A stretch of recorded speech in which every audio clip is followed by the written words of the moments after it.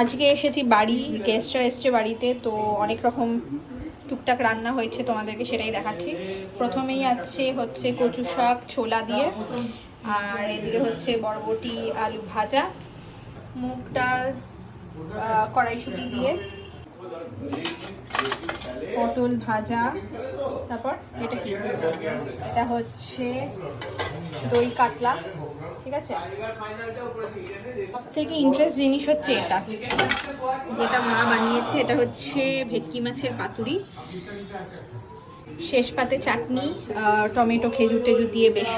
তো লাঞ্চটা মনে হচ্ছে আজকে জমে যাবে। আমি এত কিছু খাবো না, আমি পাতুরিটা আর ডালটাই খাবো। তো এই হচ্ছে আজকে আমাদের। চাই না তোকে খেয়ে তোমাকে আইডিয়াটা কে দিয়েছে?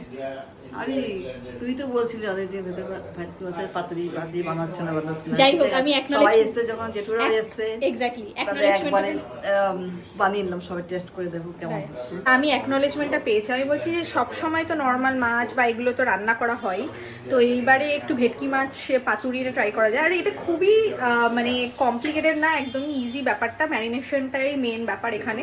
তো এসব করে তো আমি ভাবলাম যে আজকে ভেটকি মাছের পাতুরিটা ট্রাই করো, তো আমিও খেয়ে দেখবো কেমন হয়েছে।